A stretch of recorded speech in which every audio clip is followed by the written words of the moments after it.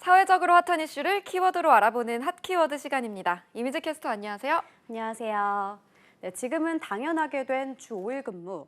하지만 처음 공기업, 금융업 1,000명 이상 사업장에 국한돼 시작된 2004년만 하더라도 경영계도 노동계도 가보지 않은 길에 대한 우려가 컸습니다. 그리고 2023년 이제는 주 4일 근무에 관한 이야기가 솔솔 나옵니다. 실제로 벌써 실업에 들어간 곳도 있고요. 직장인들의 생각은 어떨까요? 핫키워드에서 짚어보겠습니다. 저희 세대는 입사할 때부터 주 5일제가 당연하게 여겨지지만 이야기 들어보면 그때 진통이 컸다고 해요. 네, 맞습니다. 도입 결정부터 쉽지 않았고요. 도입을 결정한 이후에 2004년에 시작돼서 매년 적용 사업장을 늘려 20인 미만 사업장까지 적용된 게 2011년입니다.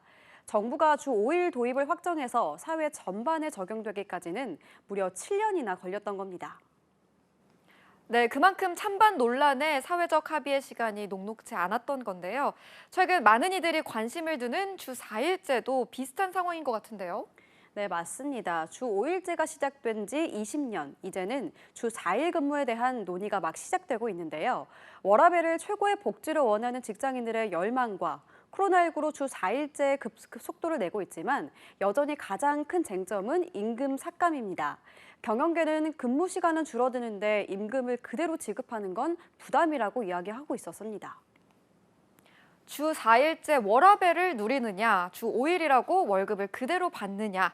직장인들은 어느 쪽을 선택하고 있었나요? 네, 직장인의 절반 이상이 연봉이 조금 줄더라도 주 4일제를 선호한다는 설문조사 결과가 나왔습니다. 직장인 1,700명을 대상으로 이뤄진 이번 조사에서 직장인들은 이직 시 지금보다 연봉이 다소 적더라도 근무 일수가 적은 회사를 택하겠다고 답한 건데요. 또 다른 취업 포털의 조사 결과에서도 직장인이 원하는 4대 복지 1위 제도가 주 4일제였습니다. 그만큼 주 4일제에 대한 희망, 꿈이 크다는 걸 알 수 있는데요. 중요한 건 연봉을 얼마나 줄일 수 있나 이 부분이 아닐지 싶은데요. 네, 맞습니다. 응답자의 73.4%가 5% 미만의 연봉 삭감은 감수할 수 있다고 답했습니다. 연봉에서 인상이 보통 그 정도가 안 되는데 5% 삭감을 감수할 수 있다는 건 큰 용기가 필요한 부분이죠. 다음으로는 5%에 이어서 10% 미만이라고 답한 이들도 20%나 됐습니다. 15% 정도로 삭감하겠다는 직장인도 있었습니다.